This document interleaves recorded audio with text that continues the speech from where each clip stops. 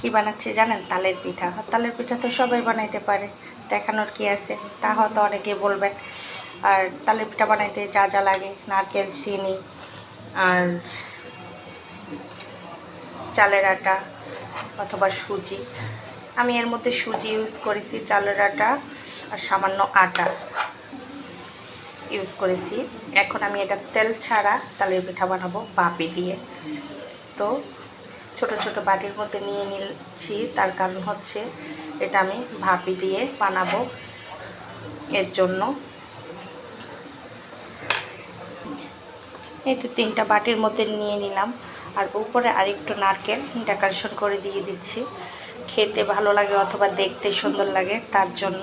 আর এই পিঠাটা এভাবে বানাইলে দেখা যায় একদম পুরা কেকের মতো লাগে। তাই আমি যখনই তালের পিঠা বানাই এরকম তেলে ভাজার আগে কিছুটা এরকম করে বানিয়ে নিই।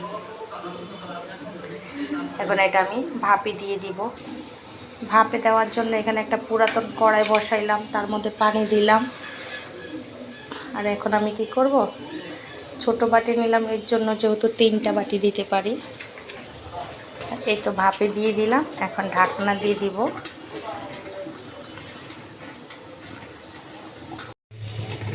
আমার তালের কেক পিঠাটা ভাপে হয়ে গেছে, এখন আমি নামিয়ে ফেলবো।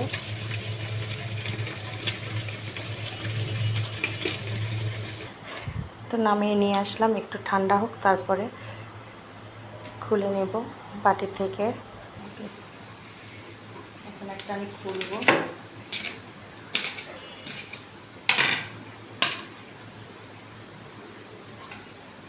পুরো কেক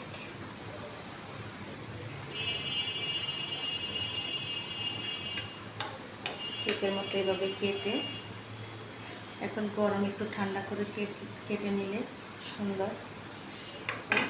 এই যে একদম পুরো কেক, ঠান্ডা হলে বেশি মজা। আর নারকেল,